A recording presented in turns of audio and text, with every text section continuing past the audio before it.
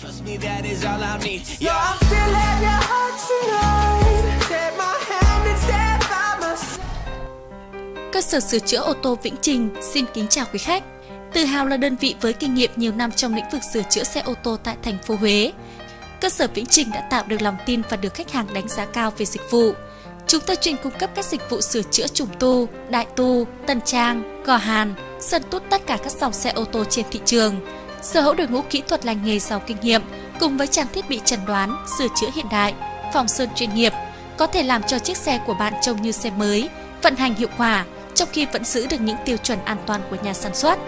Đặc biệt, để đáp ứng nhu cầu xe cho tang lễ, tại cơ sở Vĩnh Trình, chúng tôi còn có thế mạnh trong lĩnh vực sản xuất và cung cấp các loại xe tang, xe phục vụ tang lễ các loại. Nội ngoại thất xe cũng được thiết kế sang trọng, phù hợp với nghi lễ mai táng truyền thống của người Việt Nam. Trên các xe chuyên dụng chở hài cốt, có bệ quan tài bằng thép inox, buồng quan tài được thiết kế và trang trí phù hợp với nghi lễ mai táng. Phía trước và hai bên thành xe có các giá đỡ, móc bằng thép không gỉ để treo vòng hoa. Ngoài ra, còn được trang hoàng rồng hai bên, dù tre, mái che hay tháp tượng Phật, đèn hoa, khung trang trí theo yêu cầu. Những người thợ của chúng tôi tỉ mỉ trong từng đường nét đục, chạm thủ công, dùng máy móc hiện đại đồng bộ để tạo nên những hoa văn, rồng tàn sắc sảo, tinh tế, sơn son thiếp vàng như để dẫn lối cho người chết về cõi thiên thai vĩnh hằng. Ông bà ta có câu, nghĩa tử là nghĩa tận. Chính vì vậy, chúng tôi luôn làm việc bằng cái tâm trong nghề, làm nên những chiếc xe đồng hành cùng linh cữu yên giấc ngàn thu. Hiện tại ở cơ sở sửa chữa ô tô Vĩnh Trình có đầy đủ các thiết kế, hàng mẫu xe đa dạng, phù hợp với nhu cầu của từng khách hàng và đối tác. Hiện nay, chúng tôi là đối tác tin cậy và đã gắn bó cung cấp sản phẩm, phục vụ đài hóa thân Hoàn Vũ, Tổng công ty cổ phần hợp lực dự án Phúc Lạc Viên Thanh Hóa và Hà Tĩnh, các đơn vị tại Bắc Ninh, Nghệ An, Hà Nam và các tỉnh lân cận ở miền Trung. Được nhiều đơn vị tin tưởng, giao trách nhiệm cho Vĩnh Trình hoàn thành các sản phẩm cho đơn vị mình, mang lại sự yên tâm và hài lòng đến cho khách hàng.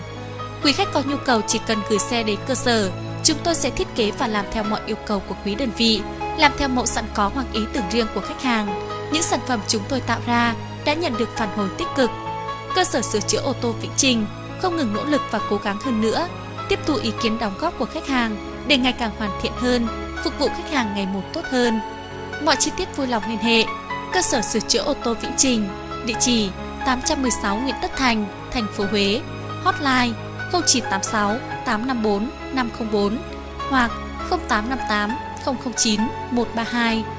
Vĩnh Trình, uy tín, chất lượng, làm nên thương hiệu.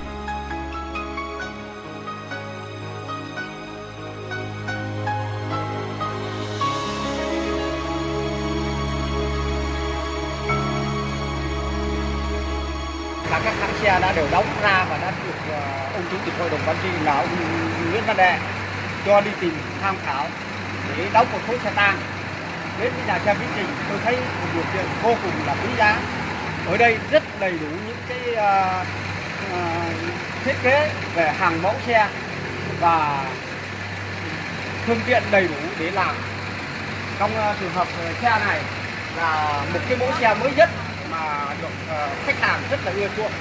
Tôi đã đóng cái mẫu xe này 4 năm trước về để cho về cái Phúc Lạc Viên của Thanh Hóa nhưng Hà Tĩnh. Nên là tôi là người khách hàng, nhưng mà tôi đã chọn lựa cái xưởng của Vĩnh Trình, tức là một xưởng mà đã đầy đủ những cái máy móc hiện đại để làm nên những cái sự nghiệp, tức là những cái xe rất là hoành tráng.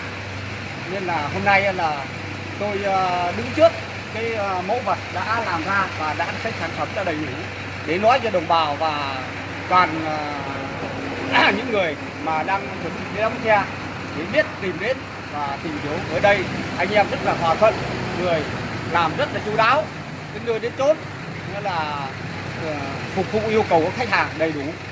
Nên là mong các quý vị là theo cái nếu cần đóng xe thì đã tìm đến nhà xe Vĩnh Trình, một cái nhà xe mà ta thấy đạt được yêu cầu nhiều nhất và là khá trực tiếp với lại khách quan cũng như là quần chúng.